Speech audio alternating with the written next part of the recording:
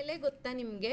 ಇದನ್ನು ಸಾಂಬ್ರಾಣಿ, ಅಜ್ವೈನ್, ದೊಡ್ಡ ಪತ್ರೆ, ಸಾಂಬಾರ್ ಬಳ್ಳಿ, ಕರ್ಪೂರವಲ್ಲಿ, ವಾಮಾಕು, ಪನಿಕೂರ್ಕ ಹೀಗೆ ಅನೇಕ ಹೆಸರುಗಳಿಂದ ಕರೀತಾರೆ. ಇದರಲ್ಲಿ ಬಹಳಷ್ಟು ಔಷಧೀಯ ಗುಣಗಳಿವೆ. ಇವತ್ತು ಈ ಎಲೆನ ಬಳಸ್ಕೊಂಡು ಒಂದು ರುಚಿಕರ ಅಡುಗೆ ಮಾಡೋಣ. ನಮಸ್ತೆ, ನಾನು ನಿಮ್ಮ ಲತಾ, ವೆಜ್ ರೆಸಿಪೀಸ್ ಆಫ್ ಕರ್ನಾಟಕಕ್ಕೆ ನಿಮಗೆಲ್ರಿಗೂ ಮತ್ತೊಮ್ಮೆ ಸ್ವಾಗತ. ಮೊದಲಿಗೆ ಒಂದು ಕುಕ್ಕರಲ್ಲಿ ಒಂದು 1/4 ಕಪ್ಪಷ್ಟು ಹೆಸರು ಬೇಳೆನ ತೊಗೊಂಡು ಚೆನ್ನಾಗಿ ತೊಳ್ಕೊಳ್ಬೇಕು. ಇದು ನಾವು ಈಗ ಮಾಡೋ ಅಡುಗೆ ಸ್ವಲ್ಪ ದಪ್ಪ ಇರಲಿ, ಗಟ್ಟಿಯಾಗಿರಲಿ ಅಂದರೆ ನೀವು ಜಾಸ್ತಿ ಬೇಳೆನೂ ಹಾಕ್ಕೊಳ್ಬೋದು. ನೀವು ರೆಸಿಪಿನ ನೋಡಿದ ನಂತರ ಡಿಸೈಡ್ ಮಾಡಿ. ಆನಂತರ 2 ಪಟ್ಟಷ್ಟು ನೀರು, ದೊಡ್ಡ ಚಿಟಿಕೆ ಅರಿಶಿನ, 4-5 ಹನಿ ಎಣ್ಣೆನ ಹಾಕಿ ಈ ಹೆಸರು ಬೇಳೆನ ಮೆತ್ತಗೆ ಬೇಯಿಸ್ಕೊಳ್ಬೇಕು. ನಿಮಗೆಲ್ಲ ಗೊತ್ತೇ ಇದೆ, ಹೆಸರು ಬೇಳೆ ಬೇಗ ಬೆಂದುಬಿಡುತ್ತೆ. ಒಂದು 2 ವಿಸಿಲ್ ಮಾಡಿದ್ರೆ ಸಾಕು. ಆನಂತರ ಇದಕ್ಕೆ ಸುಮಾರು 20 ದೊಡ್ಡ ಪತ್ರೆ ಎಲೆಗಳನ್ನು ಹೆಚ್ಕೊಂಡು ಹಾಕಿ ಬೇಯಿಸಬೇಕು. ಈ ಎಲೆ ತುಂಬ ಬೇಗ ಬಾಡಿ ಬಿಡುತ್ತೆ, ಬೇಗ ಬೆಂದು ಬಿಡುತ್ತೆ.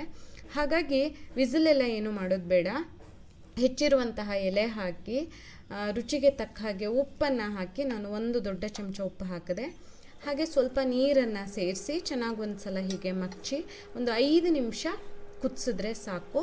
ಎಲೆ ಚೆನ್ನಾಗಿ ಬೆಂದು ಬಿಡುತ್ತೆ. ಅದು ಕುದಿಯೋ ಟೈಮಲ್ಲಿ ಒಂದು ಮಿಕ್ಸಿ ಜಾರಲ್ಲಿ 1/2 ಕಪ್ಪಷ್ಟು ಹಸಿ ತೆಂಗಿನ ತುರಿ, 2-3 ಹಸಿಮೆಣಸಿನಕಾಯಿ, ನಿಮಗೆ ಖಾರಕ್ಕೆ ಎಷ್ಟು ಬೇಕೋ ಅಷ್ಟು ಹಾಕ್ಕೊಳ್ಳಿ. 1 ಚಮಚ ಕೊತ್ತಂಬರಿ ಬೀಜ, ಟೀ ಸ್ಪೂನ್ ಅಲ್ಲ, ಅದಕ್ಕಿಂತ ಸ್ವಲ್ಪ ಜಾಸ್ತಿ, ದೊಡ್ಡ ಚಮಚ, 1/2 ಚಮಚದಷ್ಟು ಜೀರಿಗೆ, 1/4 ಚಮಚ ಸಾಸಿವೆ.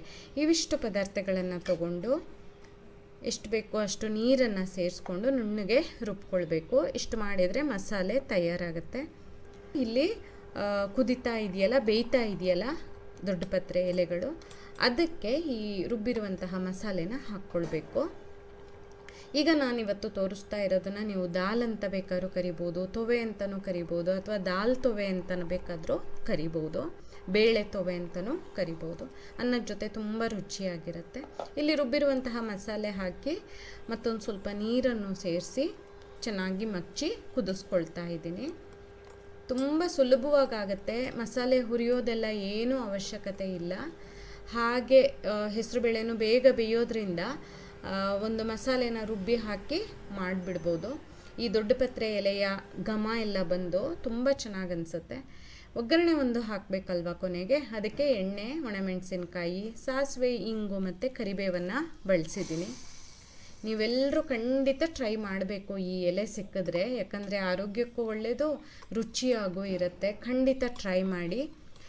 ನಿಮಗಿಷ್ಟ ಆಯಿತಾ ಅಂತ ಹೇಳಿ. ನಿಮಗೆ ಈ ವಿಡಿಯೋ ಇಷ್ಟ ಆದಲ್ಲಿ ಲೈಕ್ ಮಾಡಿ, ಶೇರ್ ಮಾಡಿ, ಕಮೆಂಟ್ ಮಾಡಿ, ಹಾಗೆ ನಮ್ಮ ಚಾನಲಿಗೆ ಸಬ್ಸ್ಕ್ರೈಬ್ ಮಾಡೋದನ್ನು ಮರಿಬೇಡಿ. ಧನ್ಯವಾದಗಳು.